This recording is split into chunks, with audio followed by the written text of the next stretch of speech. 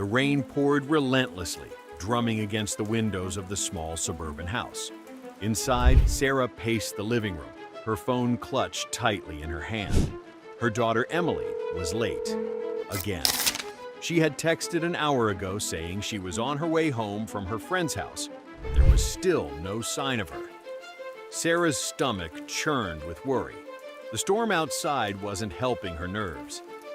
She's probably just stuck in traffic, Sarah muttered to herself, trying to calm her racing heart. But deep down, she couldn't shake the feeling that something was wrong. But before we start, smash the like button, subscribe, and turn on notifications so you don't miss our upcoming. Next door, in a house that had always seemed quiet and unassuming, Mr. Grayson sat in his dimly lit living room. He was an older man, a widower who kept to himself. The neighbors rarely saw him, and when they did, he was always polite but distant. Tonight, however, Mr. Grayson was anything but calm. His hands trembled as he stared at the clock on the wall. He had done something unthinkable, and now he was waiting for the consequences to unfold. Earlier that evening, Emily had been walking home from her friend's house, her hood pulled up against the rain. She had taken the shortcut through the woods, a path she had walked 100 times before. But tonight, something felt off. The trees seemed to loom closer, their branches clawing at the sky. She quickened her pace, her sneakers squelching in the mud. That's when she heard it, a faint cry for help. Emily froze, her heart pounding. She turned toward the sound, her flashlight cutting through the darkness. There, lying in a ditch, was Mr. Grayson. His leg was twisted at an unnatural angle, and his face was pale with pain. "Emily," he gasped, reaching out to her. "Please, help me." Emily hesitated. She had always been taught to be cautious around strangers, but Mr. Grayson wasn't a stranger. He was her neighbor, and he was clearly hurt. She crouched down beside him, her fear momentarily pushed aside by concern.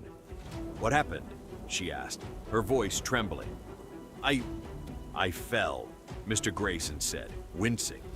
"I was out for a walk and the ground gave way. I think my leg is broken."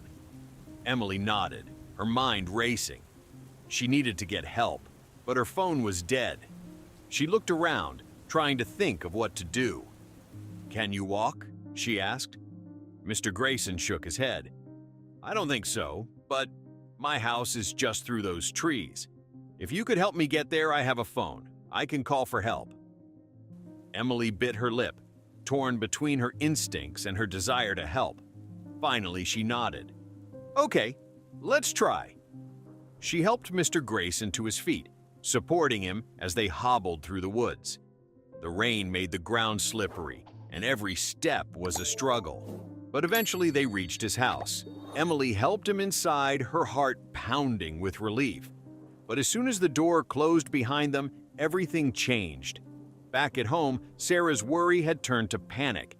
She had called Emily's phone repeatedly, but it went straight to voicemail. She had even called Emily's friend, who confirmed that Emily had left over an hour ago. Sarah was about to call the police when she heard a knock at the door. She rushed to open it, expecting to see Emily standing there, drenched and apologetic. But instead, it was Mr. Grayson. He looked pale and shaken, his clothes muddy and disheveled. "Sarah," he said, his voice trembling, I need your help." Sarah's heart skipped a beat. "What's wrong? Where's Emily?" Mr. Grayson hesitated, his eyes darting away. She's at my house. She helped me after I fell, but something's happened. Please, you need to come quickly." Without thinking, Sarah grabbed her coat and followed Mr. Grayson out into the rain. Her mind was a whirlwind of fear and confusion. What could have happened? Why was Emily at his house? As they approached Mr. Grayson's house, Sarah's unease grew. The windows were dark, and the house had an eerie, abandoned feel to it. But before she could say anything, Mr. Grayson opened the door and ushered her inside. The moment she stepped into the house, she knew something was terribly wrong. The air was thick with tension, and the silence was deafening. Mr. Grayson closed the door behind her, and Sarah turned to face him, her heart pounding. "Where's Emily?" she demanded, her voice shaking. Mr. Grayson didn't answer. Instead, he reached into his pocket and pulled out a small silver key. He handed it to Sarah, his hands trembling. "You need to see for yourself," he said, his voice barely above a whisper. Sarah took the key, her mind racing. She followed Mr. Grayson down the hallway, her footsteps echoing in the silence. He stopped in front of a door at the end of the hall and gestured for her to open it. With a sinking feeling in her stomach, Sarah inserted the key into the lock and turned it. The door creaked open, revealing a small, dimly lit room. And there, sitting on the floor with her hands tied, was Emily. "Mom!" Emily cried, her voice filled with relief and fear. Sarah rushed to her daughter, her heart breaking at the sight of her. She quickly untied Emily's hands and pulled her into a tight hug. "What happened?" Sarah asked, her voice trembling. Emily shook her head, tears streaming down her face. "I don't know. He brought me here and locked me in. He said he needed to protect me, but I don't understand." Sarah turned to Mr. Grayson, her eyes blazing with anger. "What is this? Why did you do this?" Mr. Grayson sank to his knees, his face a mask of guilt and despair. I didn't mean to hurt her. I thought I was doing the right thing." "The right thing?" Sarah shouted. "You kidnapped my daughter." Mr. Grayson shook his head, tears streaming down his face. "No, you don't understand. I saw something terrible. I thought if I kept her here, I could protect her."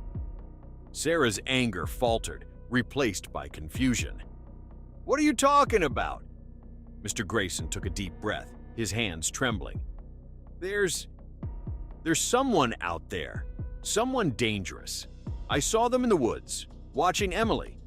I thought if I brought her here, I could keep her safe. But I didn't know what else to do." Sarah stared at him, her mind reeling. Was he telling the truth? Or was he just trying to cover up his own actions? Before she could say anything, the sound of a car pulling up outside broke the silence. Sarah's heart leapt into her throat. She grabbed Emily's hand and pulled her to her feet. "We need to get out of here," she said, her voice urgent. But as they turned to leave, the front door burst open and a figure stepped inside. Sarah's blood ran cold as she recognized the man standing in the doorway. It was someone she had hoped never to see again, someone from her past, someone dangerous. And he was holding a gun. Sarah's heart pounded in her chest as the man in the doorway leveled the gun at them. Time seemed to freeze. She couldn't think, and couldn't breathe. Emily clung to her side, fear evident in her wide eyes. "Don't move," the man growled, stepping closer. Mr. Grayson backed away, his eyes wide with terror.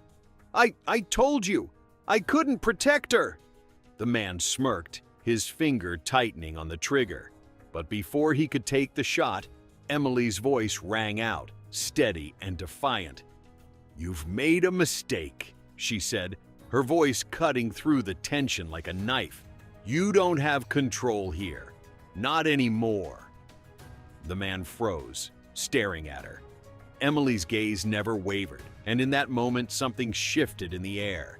Sarah could feel the power of Emily's words, the courage she hadn't even known she possessed. Suddenly, there was a crash from the other side of the room, followed by shouts. The front door was flung open once again, and 2 police officers stormed in. Sarah didn't even know they were there until they had the man pinned to the floor, handcuffing him. The gun slipped from his grip as he struggled against the officers, but it was too late. He was surrounded. Mr. Grayson, standing at the edge of the room, wiped his eyes. I didn't know what else to do. I thought I could keep her safe." Sarah turned to him, her anger cooling, replaced by something else. You did what you thought was right, but you endangered my daughter. You don't take people's safety into your own hands like that." He nodded, ashamed. As Emily stepped toward her, Sarah wrapped her arms around her daughter. She had been through so much, and yet here she was, stronger than Sarah had ever realized. "Let's go home," Sarah whispered, her voice filled with relief. As they stepped out into the storm, the rain now felt lighter, less threatening. Emily squeezed her hand, a silent promise that no matter what danger lurked in the shadows, they would face it together. And in the face of fear, the greatest strength lies in the bonds we choose to protect. If you found this story touching and inspiring, please like the video, share it with others, and leave your thoughts in the comments. Thank you for following along, and we'll see you next time for more uplifting tales.